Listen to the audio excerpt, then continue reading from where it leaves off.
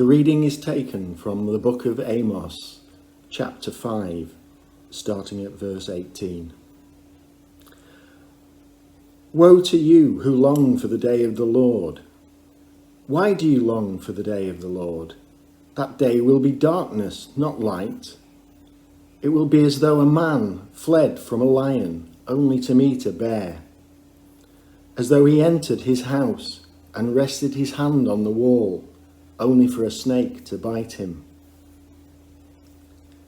Will not the day of the Lord be darkness, not light, pitch dark, without a ray of brightness? I despise your religious feasts. I cannot stand your assemblies. Even though you bring me burnt offerings and grain offerings, I will not accept them. Though you bring me choice fellowship offerings, I will have no regard for them. Away with the noise of your songs. I will not listen to the music of your harps. But let justice roll on like a river, righteousness like a never-failing stream.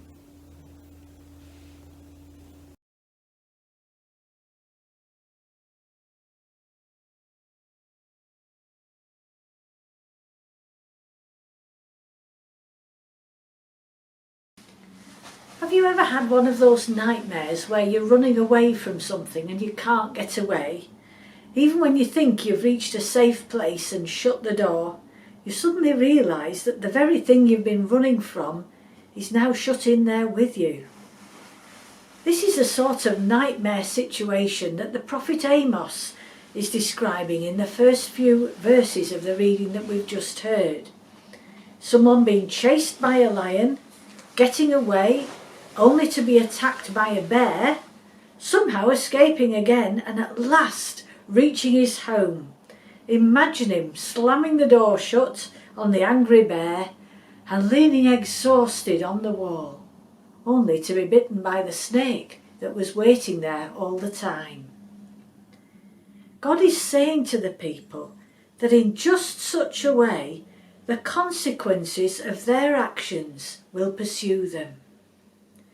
They think that as long as they observe the festivals and other rituals of their faith, God will overlook the way that they're behaving the rest of the time. This is not the case. God rejects the people's worship because they continue to oppress the poor. He won't accept their offerings and their singing. John Eaton writes that God would much rather hear the music of the rolling waves of justice, a river of compassion, flowing continually in all seasons. The offering that God requires then and now is the offering of lives lived in His way. Richard reminded us last week that a great deal of the suffering in the world is caused by human wrongdoing. The consequences of our actions do most certainly pursue us, as relentlessly as the lion, the bear and the snake, and they cause harm to us and to other people.